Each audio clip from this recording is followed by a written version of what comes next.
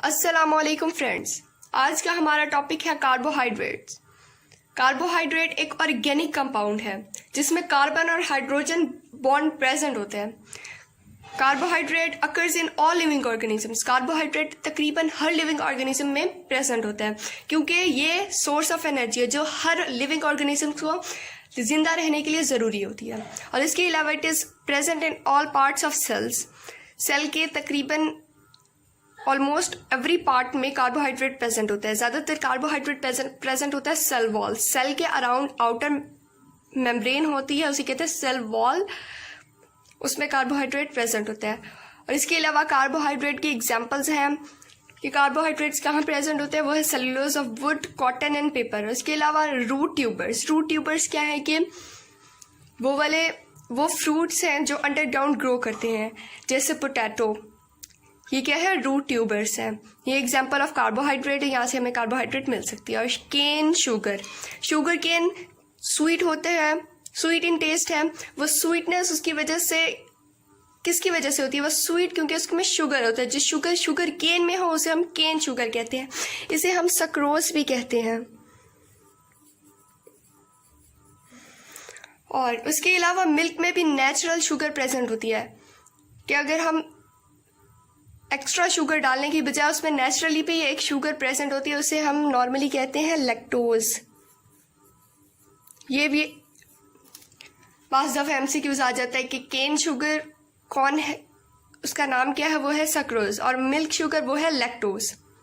उसके अलावा आगे हम पढ़ते हैं कि यूजेस ऑफ कार्बोहाइड्रेट्स। ये कार्बोहाइड्रेट्स के कौन से यूजेस है, उसके फंक्शंस क्या है, कि कार्बोहाइड्रेट कहाँ कहाँ यूज होती है।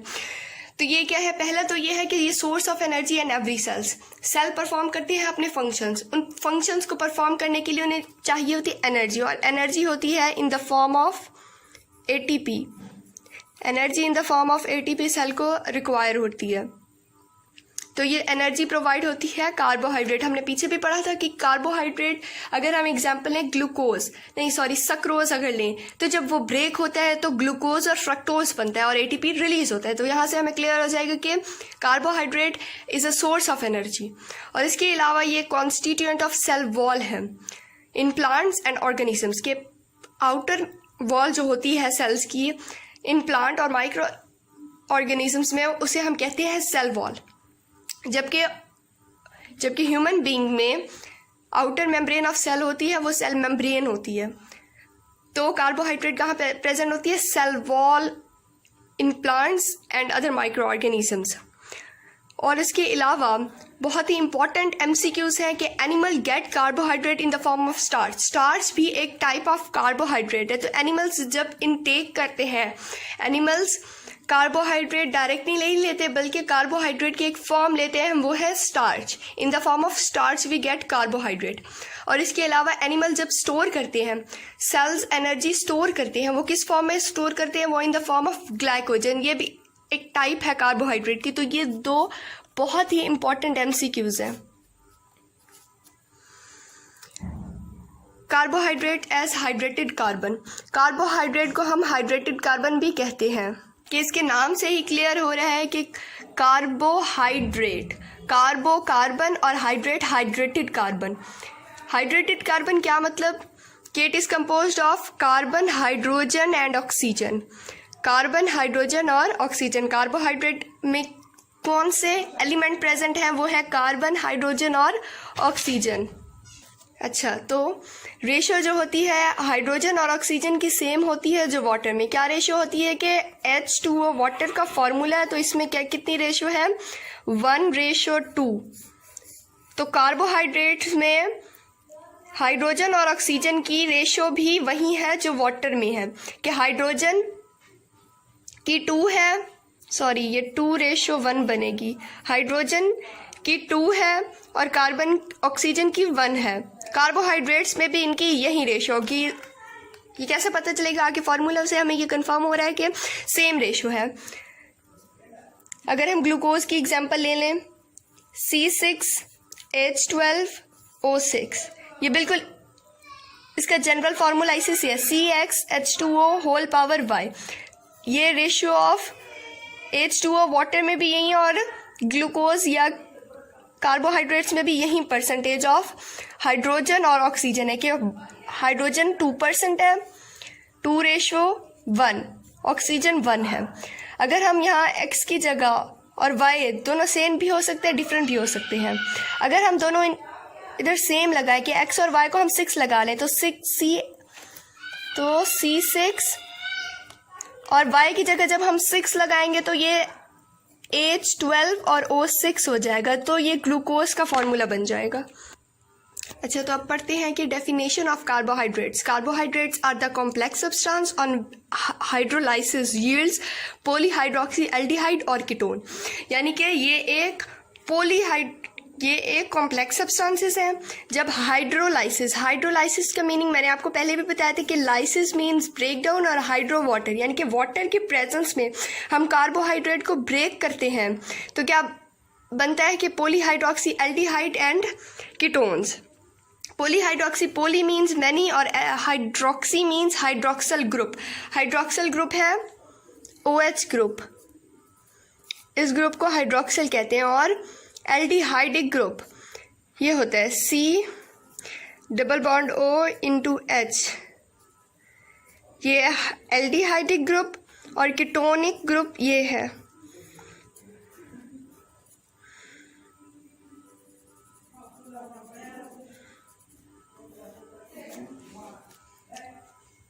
तो कार्बोहाइड्रेट्स जब ब्रेक डाउन होते हैं तो क्या बनाते हैं, पॉलीहाइड्रोक्सी एल्डिहाइड्स और कीटोन। अगर हमें पॉलीहाइड्रोक्सी एल्डिहाइड और कीटोन मिले तो हम उन्हें कहेंगे कि वो कार्बोहाइड्रेट्स की फॉर्म है। तो कार्बोहाइड्रेट्स के अब इसको क्लियर करने के लिए हम एक एग्जांपल ले लेते हैं कि अगर हम एग्जांपल ले लें ग्लूकोज की ले लेते हैं, C6H12O6 ग्लूकोज है। ग्लूकोज का मॉलिक्यूल अगर हम इसकी स्ट्रेट चेन बनाए, ये 6 नंबर ऑफ कार्बन, 4, 5 और 6, तो ये ऐसे होता है कि ये यहाँ एल्डिहाइड ग्रुप होता है और बाकी अटैच होते हैं हाइड्रोक्सल ग्रुप।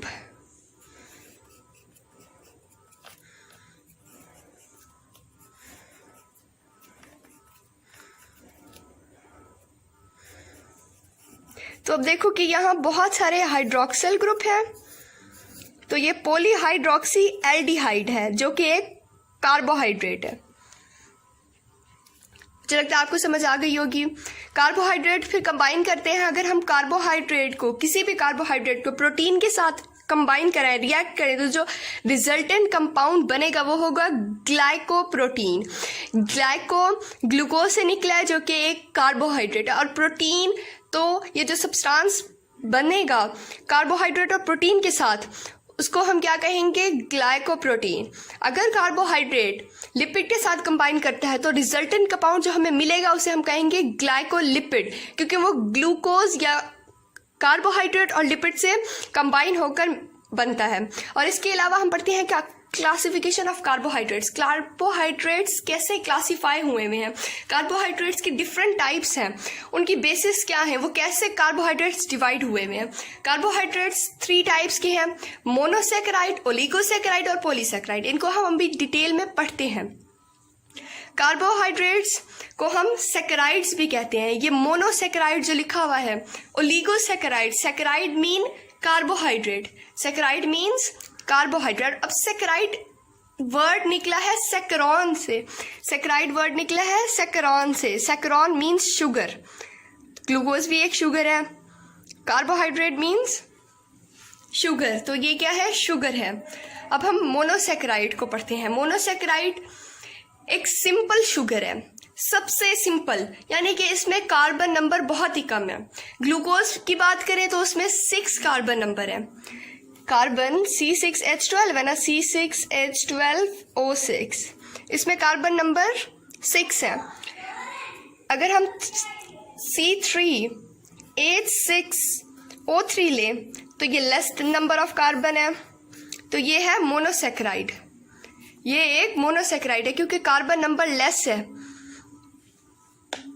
तो क्या है कि मोनोसेकेराइड वो वाले कार्बोहाइड्रेट्स होते हैं जो सिंपल शुगर हो। सिंपल शुगर मीन्स कि उसमें कार्बन नंबर लेस होंगे, स्वीट इन टेस्ट होंगे, ये उनकी प्रॉपर्टीज हैं, और इजीली सॉल्युबल होंगे। अब देखें कि अगर कार्बन नंबर ज़्यादा हो, अगर ये इजीली सॉल्युबल इन वाटर है क्योंकि इनका कार्बन नंबर लेस है। अगर कार्बन नंबर हम ले लें 12 या 14 तो वो larger number of carbon atoms जो होते हैं वो इजीली सॉल्युबल नहीं होते किसी भी सॉल्वेंट में। तो ये क्या है, ये कैन नॉट बी हाइड्रोलाइज्ड, यानी कि ये वाटर की प्रेजेंस में ये सिंपलर सब्सटेंसेस में ब्रेक नहीं हो सकते। जैसे सक्रोज था, C12 था, उसको जब हम ब्रेक करते थे उसके हाइड्रोलाइसिस करते थे, ग्लूकोज और फ्रक्टोज बनता था। लेकिन मोनोसेक्राइड्स जो है सिंपल है और इसमें लेस नंबर ऑफ कार्बोहाइड्रेट्स है, लेस नंबर ऑफ कार्बोहाइड्रेट्स हैं, जिसकी वजह से ये फर्दर स्मॉलर सब्सटेंसेस में ब्रेक नहीं हो सकते। इनको भी हम ऐसे ही डिफाइन करते हैं कि ये है पॉलीहाइड्रोक्सी एल्डिहाइड्स एंड कीटोन। या तो इनमें एल्डिहाइडिक ग्रुप होगा या इनमें कीटोनिक ग्रुप होगा। सारे कार्बन के पास क्या होगा, हाइड्रोक्सिल ग्रुप होगा OH, जो कि एक OH ग्रुप है, लेकिन एक्सेप्ट वन, यानी कि सारे कार्बन एटम्स, चाहे वो राइबोज है, ग्लूकोज है, ठीक है ना, उसमें सारे जो कार्बन एटम्स होंगे, फॉर एग्जांपल अगर हम ले रहे हैं C6 तो C6 सारे कार्बन एटम्स में क्या होगा, हाइड्रोक्सिल ग्रुप एक्सेप्ट वन, सिवाय एक के, यानी कि 5 में इन ग्लूकोज 5 कार्बन एटम के पास हाइड्रोक्सिल ग्रुप होगा, जबकि एक के पास क्या होगा, या एल्डिहाइडिक ग्रुप होगा या कीटोन होगा। ग्लूकोज में तो अभी हमने बात की कि सारों में हाइड्रोक्सिल ग्रुप आ रहा था कार्बन में, लेकिन क्या था कि एक में एल्डिहाइडिक ग्रुप था। अगर हम पीछे रिवाइज करें, ये देखिए अभी हमने स्ट्रक्चर बनाया कि सबके पास हाइड्रोक्सिल ग्रुप तो प्रेजेंट है, लेकिन सिर्फ एक कार्बन के पास क्या है, एल्डिहाइडिक ग्रुप है, ये ग्लूकोज में। इसी तरह कीटोनिक ग्रुप भी हो सकता है। अब on the basis of aldehydic group या कीटोनिक ग्रुप, या तो एल्डिहाइडिक ग्रुप है या कीटोनिक ग्रुप है, उनकी बेसिस पे मोनोसेक्राइड्स क्लासिफाई किए गए कि मोनोसेक्राइड्स कौन से हैं। अगर मोनोसेक्राइड्स के पास कौन सा ग्रुप है, एल्डिहाइड ग्रुप है, तो वो उन्हें कहते हैं एल्डो ग्रुप, और अगर उनके पास कीटोनिक ग्रुप है तो उन्हें हम कहते हैं कीटो शुगर। इसकी मैं आप लोगों को एग्जांपल बता देती हूँ कि अगर हम एक मॉलिक्यूल लें C3H6O3, मॉलिक्यूल है, 3 कार्बन एटम्स है। अगर एक के पास हम दे दें एल्डिहाइडिक ग्रुप, तो यहाँ OH, H, यहाँ H, OH, H, H, ये ऐसे बनेगा स्ट्रक्चर, ये एक स्ट्रक्चर बनेगा। तो क्या है, इसमें आ गया है एल्डिहाइडिक ग्रुप, तो ये एक एल्डो शुगर है। इसका स्पेसिफिक नाम है वो क्या है, ग्लाइसर एल्डिहाइड। इसको क्या कहते हैं, ग्लाइसर एल्डिहाइड। एल्डिहाइड इसलिए कहते हैं क्योंकि इसमें एल्डो ग्रुप है, एल्डिहाइडिक ग्रुप प्रेजेंट है, और इसे हम एल्डो शुगर कहते हैं। ये एल्डो शुगर की एक एग्जांपल। इसी तरह कीटो शुगर की हम एग्जांपल लें कि same number of carbon atoms हो, सेम मॉलिक्यूल हो, मॉलिक्यूलर फॉर्मूला सेम है, लेकिन स्ट्रक्चर 2 तरीके से है। अगर हम एल्डिहाइडिक ग्रुप की जगह हम कीटोनिक ग्रुप ले लें,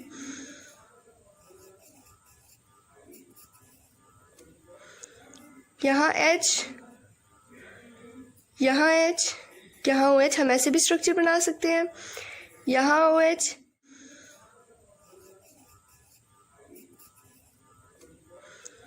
यहाँ H, यहाँ H, यहाँ OH, हम ऐसे भी स्ट्रक्चर बना सकते हैं, यहाँ OH, यहाँ H, यहाँ H। तो यहाँ क्या आ गया, कीटोनिक ग्रुप।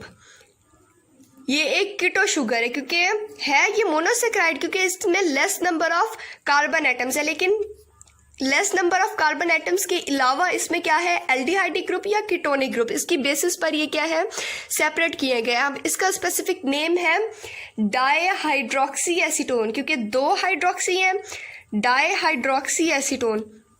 इसको हम क्या कहते हैं, डाईहाइड्रोक्सी एसीटोन। एसीटोन कीटोन है, यानी कि ये कीटो ग्रुप है।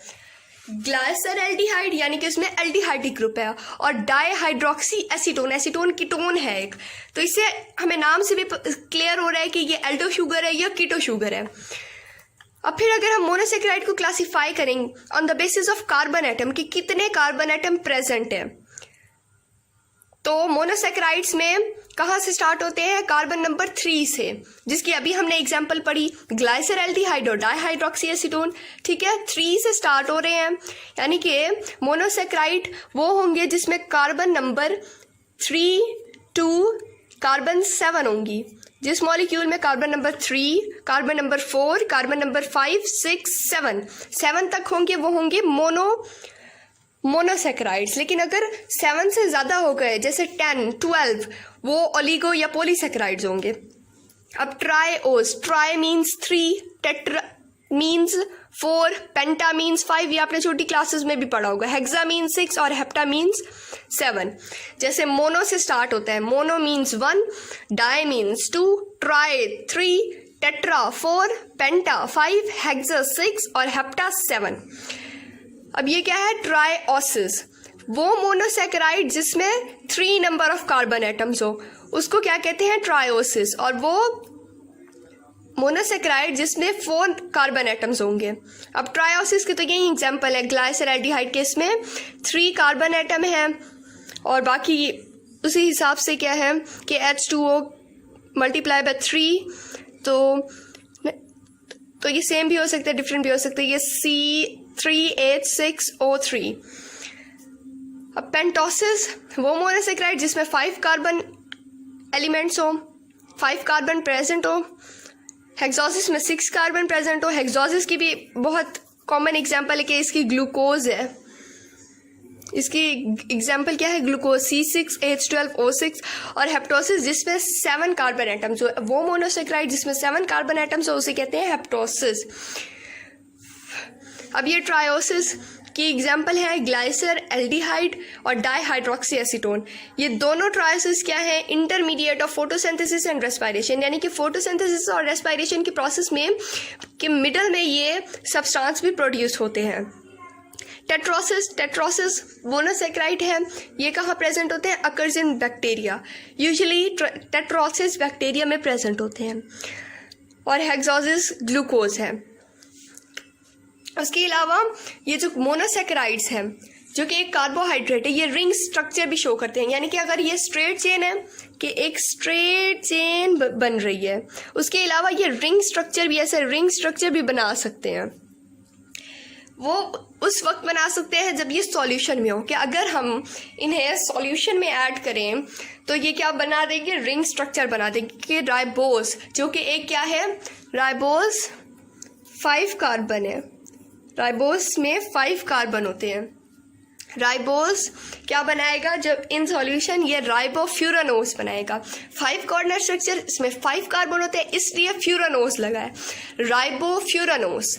और ग्लूकोज जब सॉल्यूशन में इसको सॉल्यूशन में जब क्या बनाएगा? कौन सा कंपाउंड? जब इसे हम सॉल्यूशन में डिसॉल्व करेंगे तो ये बनाएगा ग्लूकोपाइरानोस।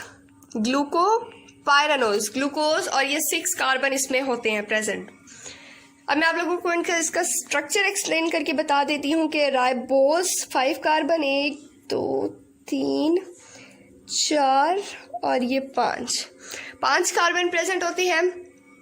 और राइबोस एक एल्डो शुगर है, यानी कि इसमें एल्डिहाइडिक ग्रुप होता है।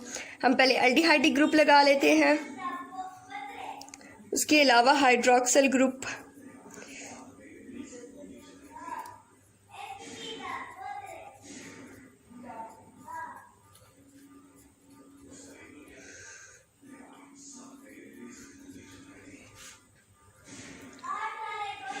ये क्या है? राइबोस का स्ट्रक्चर है। राइबोस को जब हम सॉल्यूशन में ये क्या बनाएगा? रिंग स्ट्रक्चर बनाएगा, 5 कॉर्नर्ड रिंग स्ट्रक्चर। इसकी कैसे सॉल्यूशन बनेगा कि यहाँ ये वाला कार्बन 1 और कार्बन 4 की बॉन्डिंग होगी, कार्बन 1 और कार्बन 4 की बॉन्डिंग होगी। तो ये देखिए स्ट्रक्चर मैं आपको बताती हूँ कि कैसा बनेगा। ये डबल बॉन्ड जो कार्बन का ऑक्सीजन के साथ है ये ब्रेक हो जाएगा और ये ऐसे बन जाएगा। ये कार्बन 1, इसके साथ कार्बन 2, कार्बन 3 और ये कार्बन 4 के साथ अटैच हो जाएगा, यानी कि ऑक्सीजन का जो कार्बन और ऑक्सीजन में जो डबल बॉन्ड है वो बॉन्ड ब्रेक हो जाएगा और एक बॉन्ड ऑक्सीजन का कार्बन 1 के साथ और दूसरा कार्बन 4 के साथ, तो कार्बन 1 और 4 की बॉन्डिंग हो जाएगी। तो ये एक रिंग स्ट्रक्चर, और कार्बन 4 के साथ ही कार्बन 5 अटैच होगा, H2OH। सॉरी, एक मिनट, आप इसको ऐसे भी लिख सकते हैं, H2CH2OH, ऐसे भी लिख सकते हैं आप इसे। बाकी हम जो इनके बॉन्ड थे वो पूरे हैं, CH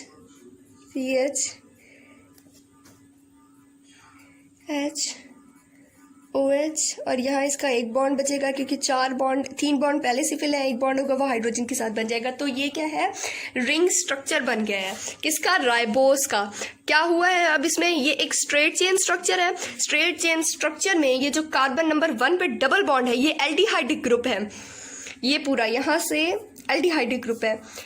कार्बन और ऑक्सीजन में डबल बॉन्ड है, ये बॉन्ड ब्रेक होते हैं, और एक कार्बन ऑक्सीजन का एक बॉन्ड कार्बन नंबर 1 से बनाता है और एक कार्बन नंबर 4 से। तो इस तरह से ये 5 कॉर्नर के, इसके 5 कॉर्नर है, 1 2 3 4 और 5, ये 5 कॉर्नर स्ट्रक्चर बना देते हैं। इसे हम कहते हैं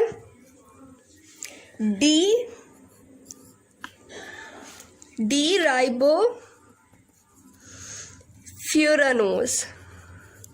अब इसे हम डी राइबो क्यों कह रहे हैं? अभी तो हमने बात की कि ये राइबोफ्यूरानोज है। डी इसलिए कह रहे हैं क्योंकि जब सॉल्यूशन में होगा तो ये क्या है, रिंग स्ट्रक्चर बनाएगा, इसलिए इसे हम कैसे लिखते हैं, सॉल्यूशन को शो करने के लिए हम लिखते हैं डी राइबोफ्यूरानोज। ग्लूकोज भी बिल्कुल इसी तरह स्ट्रक्चर बनाएगा क्योंकि ग्लूकोज में कार्बन नंबर 6 होते हैं, तो 3 4 5 6 कार्बन होते हैं, और ये भी एल्डो शुगर है, यानी कि इसमें भी एल्डिहाइडिक ग्रुप होता है, कीटोनिक ग्रुप नहीं है, एल्डिहाइडिक ग्रुप है।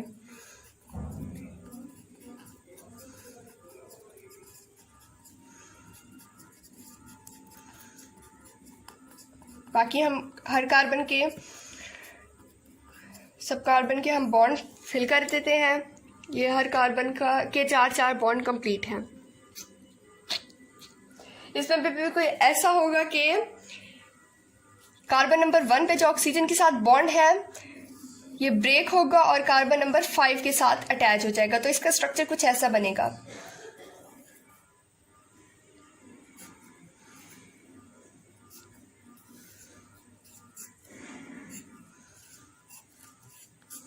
ऐसा बन जाएगा कि कार्बन 1 का डबल बॉन्ड था, वो एक बॉन्ड ऑक्सीजन ब्रेक करके कार्बन नंबर 5 से अटैच कर देगा। अगर हम काउंटिंग करें 2 3 4 5 और 5 के साथ यहाँ 6 एज अ साइड चेन। उधर भी राइबोस में भी 5 पे साइड चेन थी, 5th कार्बन जो था वो एज अ साइड चेन था। इसमें क्या है, 6 carbon as a side chain है, CH2OH ये है। और बाकी हम इसके अब बॉन्ड्स कंप्लीट कर लेंगे।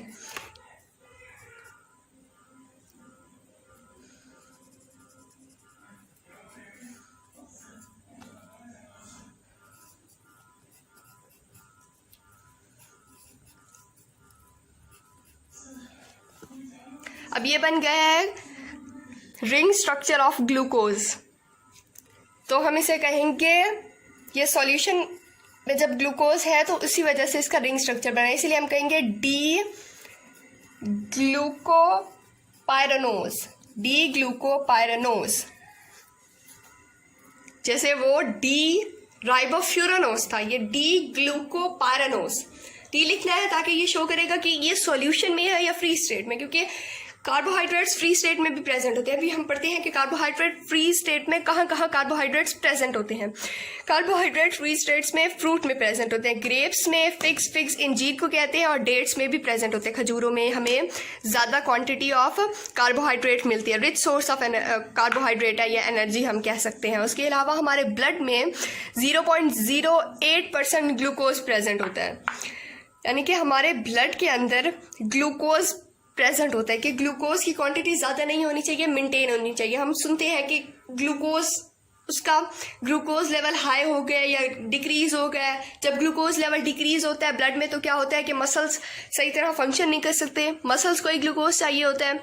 तो बहुत सारे डिजीजेस होते हैं। तो ग्लूकोज लेवल मेंटेन होना चाहिए। इससे हमें पता चलता है कि ग्लूकोज प्रेजेंट होता है हमारे ब्लड में। ये तो था फ्री स्टेट में ग्लूकोज प्रेजेंट होता है, और इस कंबाइंड स्टेट में ग्लूकोज कहाँ कहाँ प्रेजेंट होता है। ग्लूकोज डायसैकेराइड और पॉलीसैकेराइड। सैकेराइड्स कार्बोहाइड्रेट्स है, डायसैकेराइड्स वो कार्बोहाइड्रेट्स हैं जो दो कार्बोहाइड्रेट से मिलके बने हुए हैं। तो डायसैकेराइड जब ब्रेक होंगे तो हमें क्या मिलेगा, मोनोसैकेराइड। और पॉलीसैकेराइड्स, इनमें क्या होते हैं, कंबाइंड स्टेट में प्रेजेंट होते हैं कार्बोहाइड्रेट्स। कार्बोहाइड्रेट्स इनमें प्रेजेंट होते हैं। जैसे अब ग्लूकोज एग्जाम्पल है जो कि कंबाइंड स्टेट में प्रेजेंट होती है। ग्लूकोज हमें कैसे मिलती है, सक्रोज जब ब्रेक होता है तो हमें ग्लूकोज मिलती है। सक्रोज कार्बोहाइड्रेट है, और ग्लूकोज हमें वैसे प्लांट से मिलती है ग्लूकोज। दूसरा हमें सक्रोज की ब्रेकडाउन से मिलती है। जब कार्बन डाइऑक्साइड प्रेजेंट है एटमॉस्फेयर में, एयर में कार्बन डाइऑक्साइड प्रेजेंट और वाटर जो हम प्लांट्स को देते हैं, इनका जब रिएक्शन होता है in the presence of sunlight और क्लोरोफिल ग्रीन पिगमेंट है प्लांट्स में प्रेजेंट होता है, तो फोटोसिंथेसिस होती है। तो क्या बनता है, ग्लूकोज C6H12O6। ये ग्लूकोज प्लांट्स में स्टोर भी होते हैं, और उसके अलावा यही ग्लूकोज हम इनटेक करते हैं। ये तो था ग्लूकोज। ग्लूकोज हमें कहाँ से मिलती है, उसके सोर्सेज क्या हैं। वो ज़्यादातर ग्लूकोज हमें प्लांट से मिलती है। Synthesis of 10 gram of glucose, अगर हमें 10 ग्राम ऑफ ग्लूकोज की सिंथेसिस करानी हो, यानी कि प्लांट्स से हमें कितना ग्राम ऑफ ग्लूकोज मिला, 10 ग्राम ऑफ ग्लूकोज, तो हमें solar energy 7.6 kilo calories of solar energy provide करनी पड़ेगी। ये भी बहुत ही इंपॉर्टेंट MCQ है कि हमें कितनी सोलर एनर्जी प्रोवाइड करनी पड़ेगी कि हमें 10 ग्राम ऑफ ग्लूकोज मिल जाए। तो ये सोलर एनर्जी बहुत इंपॉर्टेंट होती है कि सोलर एनर्जी के बाद ही हमें ग्लूकोज मिलती है, कि फोटोसिंथेसिस का प्रोसेस होता है। फोटो मीन्स लाइट होता है, कि जब लाइट ही नहीं होगी तो सिंथेसिस भी नहीं होगी। फोटोसिंथेसिस कि लाइट की प्रेजेंस में किसी चीज की सिंथेसिस हो रही है, और वो सिंथेसिस क्या है, किस चीज की है, वो ग्लूकोज की सिंथेसिस होती है। एनर्जी अब स्टोर होती है in the form of plants में, एनर्जी स्टोर होती है केमिकल एनर्जी की फॉर्म में। पीछे भी 2 MCQs मैंने बताए हैं, वो बहुत ही इंपॉर्टेंट थे कि animal gets carbohydrate in the form of starch. Starch की फॉर्म में कार्बोहाइड्रेट इनटेक करते हैं हम, जबकि सेल्स में जो हमारे स्टोर होती है कार्बोहाइड्रेट वो इन द फॉर्म ऑफ ग्लाइकोजन, चाहे वो एनिमल सेल हो या वो प्लांट सेल हो। उसमें क्या है, ज़्यादातर प्लांट सेल में ही ग्लूकोज क्या है स्टोर होती है, वो इन the form of glycogen store होती है। यहाँ तक हमारा लेक्चर होता है ख़त्म। अगर आपको मेरे लेक्चर में अभी भी कोई डाउट हो तो आप मुझे मैसेज कर सकते हैं, कमेंट कर सकते हैं। अगर आपको मेरा ये चैनल अच्छा लगे तो आप मेरे चैनल को लाइक सब्सक्राइब करना ना भूलिएगा। अल्लाह हाफिज़।